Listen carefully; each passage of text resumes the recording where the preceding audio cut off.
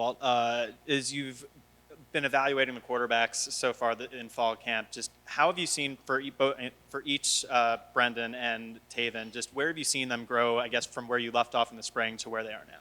Yeah, you try to take a whole calendar year, 365 days, because we had our pre-spring installation, then we had spring, now we've had all, OTAs in the summer, whatever's NCAA allowable to do for us in the summer, we've done that, and those kids done a great job preparing themselves for now. So much further past what you'd kind of consider the ABCs. Now we're, on to some DEFs and teaching guys how to think and help themselves in pass protection, but both of them have done a great job. And they're both really physically talented. In these first 6 days, had some really, really, really good moments, some really special moments, some average moments, some below average moments, and so two young guys that have a lot of physical talent that are competing really well. At the end of last season, it seemed like there was a lot of success with Dexter and some of those option plays. And I guess with the quarterbacks, whether it's Taven or Brendan, how do you feel like either of them are able to operate in a similar manner with? Well, the entirety of the room is really athletic, and so, whatever we have to do to be able to run the football successfully, and the advantage between Brendan, Taven, Brock, Dexter, everybody in my room is a good athlete, and so whatever we have to do to help ourselves be better in the run game, that's what we'll do. Well, when it comes to camp, when you have a lot of new pieces to get ready for the season, the thought might be that it's difficult to get them up to speed, but because you have so many new pieces, does it also even the score a little bit for all of them? Yeah, it goes both ways. There's certain guys that have the physical ability that you got to get caught up to speed, and then there's guys that have been here, that really is trying to find their place and within the confines of the system. I wouldn't say it's hard. No matter what you do, no matter what your plans are, you go through the first week of fall camp, we may be a little bit better at this than we thought. We may not be as good at this as we thought, and then a lot of times, no matter, who's all back, what's going on, what you did a year ago, even if they're all back, there's always things that develop through the year as you kind of build your team. And so just excited about the weapons that we do have. We've got a really good group of wideouts. We feel, good about our tight end position. We're adding Christian Turner, and you got Jalen return and Josh, Trent Howland, David Holloman. There's a really good group of backs. Adding E.J. Williams to Cam Camper and Donnie Mack and Anderson Colby, Omar Cooper's healthy. We feel really good about our offense. It's just, trying to find a way to fit them all in the system and put them in a position to make them the best version of themselves. Kind of an out of left field one, but Austin Barrett is a guy that multiple players have mentioned, kind of popping off some of his position mates. I think somebody on defense mentioned him. I recognize a freshman at tackle can be a bit of an iffy proposition at times, but just what have you seen from him here early in camp? He's going to be a really good football player. And he's still young. He's still very developmental. He was as low, I think, as 239 in wrestling, and now he's already 293 pounds. So just the physical development, the mental development. He's still got a long way to go, but he has a chance to be a really good football player someday.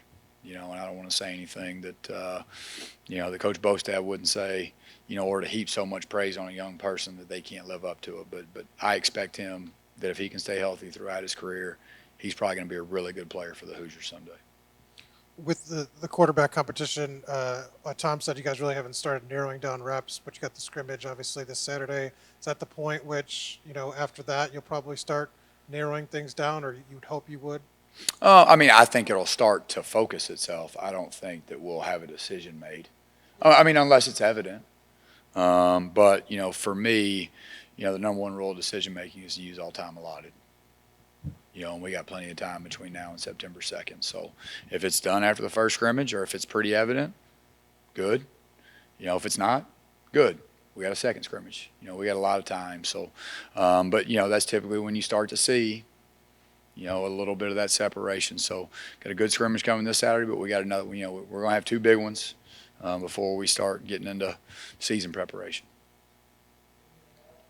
Walt, a lot of personnel changes, obviously, from the first to your second year, but your first to your second year. What's been the biggest change for you? What have you learned the most? What are you looking to do differently, or just more of or better of? System-wise, not a lot of changes. Obviously with the addition of Coach Tucker, Coach Bostad, we've had a little bit of change on the offensive side, but both those guys are unbelievable professionals and make my job really easy. I'd say from a first to second year, your personnel better. You know what you can do, you know what you can't do, you know where your struggles are, you know where your strengths are, and hopefully that'll get us moving in a direction, to where we're a better football team earlier in the year. Hi, Coach. Sticking with the quarterback battle, I know you talked a little bit earlier about the athleticism of that group. The entire backfield seems to have that. Is being able to be diverse in the packages that you guys do in terms of the run game something that you're trying to expand upon this season? Yeah, absolutely. I mean, anytime that you can be, no matter the personnel grouping, whether it's 12, whether it's 22, whether it's 11, whether it's 10, anytime you have multi-purpose tools, that allows you to be really versatile. It allows you to, create some deception, and like take a guy like Jalen Lucas. Jalen can play running back. He can play wide out.